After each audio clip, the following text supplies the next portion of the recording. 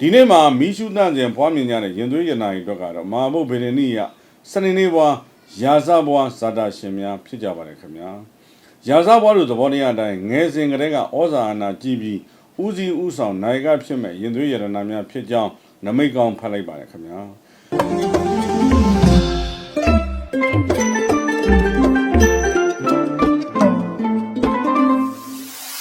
အားလုံးပဲမင်္ဂလာပါခင်ဗျာကိုစိတ်နှဖျားကျမ်းမာချမ်းသာတော်မူကြပါစေဒီအစီအစဉ်ကိုဘေဒင်ရရီယာမီဒီယာကစီစဉ်တင်ဆက်ပြီးတော့အောင်ထူးဆန်းဘေဒင်ရရီယာကမှအဓိကအကူအညီပံ့ပိုးပေးထားတာဖြစ်ပါတယ်ခင်ဗျာဒီအစီအစဉ်ကိုကြည့်ရှုရင်းနဲ့ကျွန်တော်ထံမှာဘေဒင်မင်းမြန်းလိုကြတဲ့ခုနှစ်တိုင်းများအားလုံးတို့အနေနဲ့ကျွန်တော်တို့ရဲ့ဘေဒင်ကန်းဟာရန်ကုန်မြို့ရွှေဒဂုံဖျားကြီးရဲ့တောင်ဘက်မုတ်အနီးနားမှာရှိတဲ့မာဝိဇ္ဇာဖျားကြီးပရုံတွေကငါးကန်ကြီးအနီးနားမှာတည်ရှိတဲ့ဘေဒင်ကန်းလေးဖြစ်ပါတယ်ဘေဒင်မင်းမြန်းလိုတဲ့ခုနှစ်တိုင်းများအနေနဲ့တရက်ကြိုတင်ပြီးတော့ကျွန်တော်တို့ရဲ့တယ်လီဖုန်းနံပါတ်ကလေးဖြစ်တဲ့3994233144 3998933135ဤတယ်လီဖုန်းနံပါတ်တို့ကိုကြိုတင်ဆက်သွယ်စီးရင်ပေးပြီးမှဘေဒင်လာရောက်မင်းမြန်းနိုင်ပါတယ်ဆိုတဲ့အကြောင်းဤနေရာနေပြီးတော့ကြီးညာမောင်းခတ်လိုက်ပါတယ်ခင်ဗျာ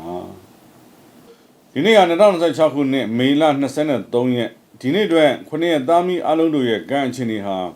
23ဆိုတဲ့9ကနန်းနဲ့စနေဂျုံနဲ့စမ်းမိတာဖြစ်တဲ့အတွက်မျက်နှာပန်းပွင့်စမ်းပွင့်လက်ပွင့်ကံပွင့်မှနေဖြစ်ပါတယ်အထူးသဖြင့်ဒီလိုနေ့မျိုးမှာမိတ်ဆွေသစ်တွေတငယ်ချင်းသစ်တွေအလုပ်စီစဉ်သစ်တွေအခွင့်အရေးကောင်းတွေပေါ်တတ်တယ်ရပ်ဝေးကနေသတင်းကောင်းကြားတတ်တယ်စက်တူလုပ်ငန်းတွေစိုင်လုပ်ငန်းတွေစားသောက်ကုန်လုပ်ငန်းတွေစံစပါးစိုက်ပျိုးရေးစတဲ့အင်္ဂါနဲ့အလုပ်တွေအတွက်အခွင့်အရေးသစ်တွေအစီအစဉ်သစ်တွေပေါ်တတ်ပါတယ်အရင်တုန်းကပြောဆိုတာတဲ့ဇကားအရင်တော့စူးစမ်းအားထုတ်ထားတဲ့ကိစ္စတွေအတွက်ဒီလိုနေ့ဟာ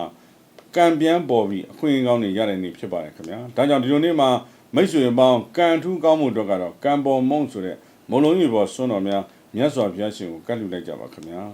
ဒီနေ့မှာမီးရှုတန့်စဉ်ဖွားမြင်ကြတဲ့ရင်သွေးရနာရီအတွက်ကတော့မဟာဘုတ်ဗေဒနီယစနေနေ့ဘွားရာဇဘွားဇာတာရှင်များဖြစ်ကြပါတယ်ခင်ဗျာရာဇဘွားတို့သဘောတရားအတိုင်းငယ်စဉ်ကတည်းကဩဇာအာဏာကြီးပြီးဦးစီးဦးဆောင်နိုင်ကဖြစ်မဲ့ရင်သွေးရတနာများဖြစ်ကြောင်းနမိတ်ကောင်းဖတ်လိုက်ပါတယ်ခင်ဗျာဒီနေ့မှာကြောက်တဲ့မွေးနေ့ရှင်တွေအတွက်ကုသိုလ်ရရာဖြစ်ကတော့စနေကျိုးရဲ့အာသာခြင်းကိုအကြောင်းပြုပြီးဓမ္ပေါက်ဆွန်းမြတ်စွာဘုရားရှင်ကတ်လူခြင်းရဟန်းတန်ခါလောင်းလူခြင်းဆွေမျိုးမိသားစုဒါနပြုခြင်းအပြင်တစ်နှစ်တာလုံးကံအခွင့်အလမ်းကောင်းများရပါလိမ့်မယ်ခင်ဗျာဒီနေ့အတွက်အကျိုးပေးစိုးမိုးကဏ္ဍကတော့2ကဏ္ဍ3ကဏ္ဍဖြစ်ပြီးတော့မိတ်ဆွေများငွေကံကောင်းမှုအတွက်ကတော့တပေရွက်ကလေးတစ်ရွက်ကိုရေမွေးစွတ်ပြီးပတ်ဆိုင်မှာတစ်နေ့လုံးစောင့်ထားရုံနဲ့ငွေဝင်လန်းတွေပွင့်လာပါလိမ့်မယ်ခင်ဗျာစားတောက်ဆိုင်စတိုးဆိုင်ကုန်စုံဆိုင်လက်ဖက်ရည်ဆိုင်တွေမှာရောင်းပန်းသာဝယ်ပန်းလှဖို့အတွက်ကတော့ဆိုင်ရှိတက်တဲ့ကိုမျက်နှာမူရင်းတရက်တိမဲ့အနေငယ်စားပြီးဈေးရောင်းကောင်းမှုဆူတောင်းလိုက်ကြပါခင်ဗျာအယောင်ထိုင်းနေတဲ့ကုန်ပစ္စည်းတွေအယောင်တော့ဖို့အတွက်လဲတရက်ရွက်ကလေးတစ်ရွက်နဲ့တို့ပြီးခောက်ပြီးရိုက်ပြီးသို့မဟုတ်တရက်တိလေးတစ်လုံးနဲ့တို့ပြီးခောက်ပြီးရိုက်ပြီးဆူတောင်းလိုက်ရုံနဲ့တိတိသာသာအယောင်ထွက်သွားပါလိမ့်မယ်ခင်ဗျာ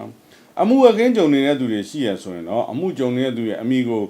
လွတ်မြောက်ချမ်းသာပါစေဆူတောင်းရင်တရက်တိမှက်ပေါ်မှာရေးပြီးစုံငံဖုန်ကြီးကိုလောင်းလို့လိုက်ပါခင်ဗျာ